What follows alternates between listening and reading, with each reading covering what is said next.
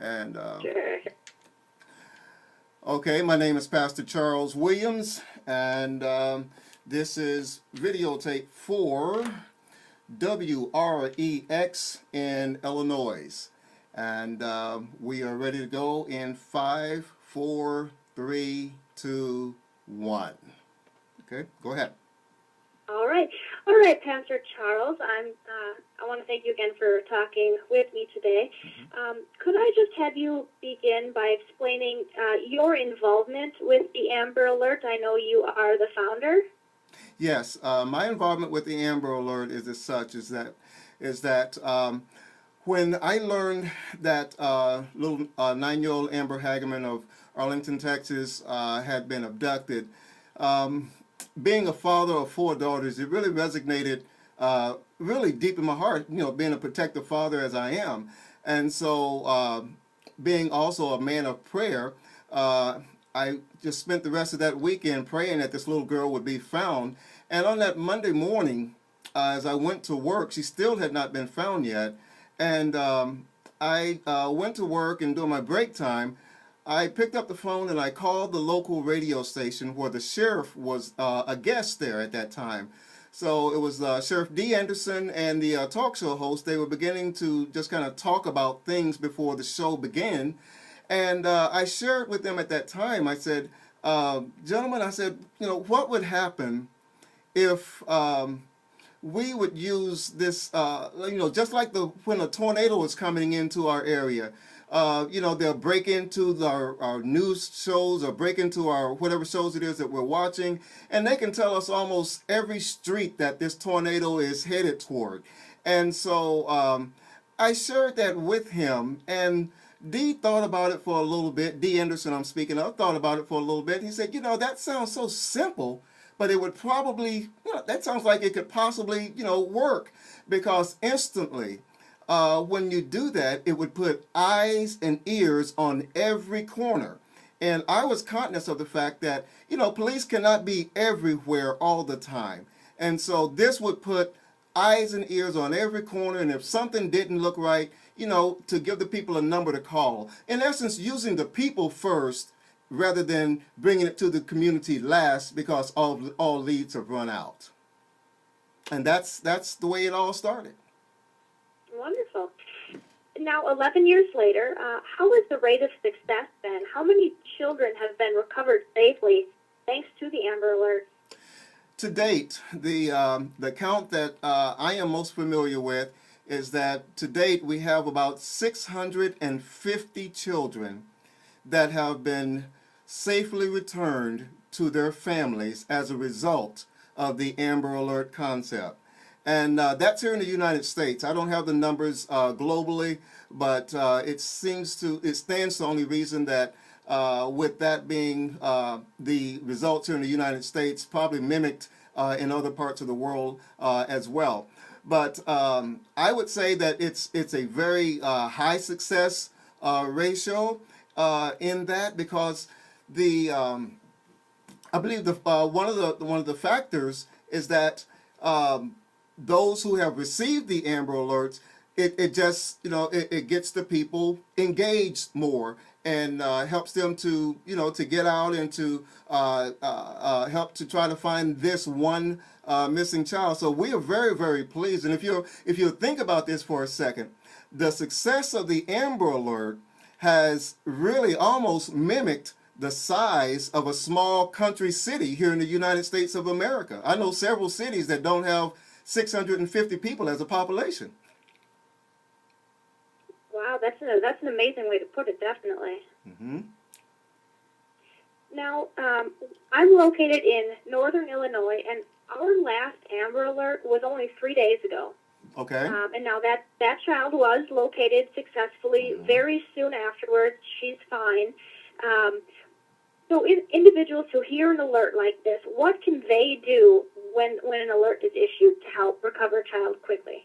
Absolutely. That's a great question. I believe that there are several things people can do. Obviously, if you're in the car or if you're driving on the highway or whatever, and you see one of the overhead message boards light up with the information, of course, take down the information. You know, pull over if you need to, or do whatever to safely take down the information. I may add. And secondly, something that we're trying out right now. There are a lot of people who, when they hear of an Amber Alert, they say exactly what you said. What can I do to get involved or to help out in this other than just be mindful that a child is missing? Well, right now what we're doing is we are trying out the merging of the traffic cameras throughout the country, so that when a child is missing and we have the description of the car, we have the tags of the car, we have the general area that the car or was in, or maybe headed, or a highway or something, we can use those traffic cameras from home or from your smartphone. This is something really great for retired people and people who are at home and looking for things to do. Whenever there's an Amber Alert that has been issued, I always encourage people to download a traffic phone app and you know, get on your highways and there in Illinois and see if by chance. You know, sometimes cars run out of gas. You know, if you think about it, if you're a perpetrator and you're running away with a child, you're not going to want to stop into every gas station, you know, but at some point you're going to need gas. So, or you're going to run out. So you may find a car spotted on the side of the road. You may even find a car stopped at a stop sign. You know, these cameras are everywhere. So I think that this is really, really a great trial that we're doing right now, merging the two together, the Amber Alert with the use of traffic cams, because they are all over the nation. That's wonderful. Mm-hmm. All right, and now this evening I'm going to meet up with one of our state police officers, and he's going to show me what they do to issue an alert, how they change the electric billboards over the roads. Mm-hmm. What are some of the other parties that are involved besides the state police? Some of the other parties that are involved besides the state police, there's the National Center. There's the National Center for Missing and Exploited Children up there at NCMEC. They do a great work there. Actually, they do what is called helping to enter information into the NCIS database, which basically it tells you, should this child receive an Amber Alert or should this child not receive an Amber Alert? Does it meet the criteria?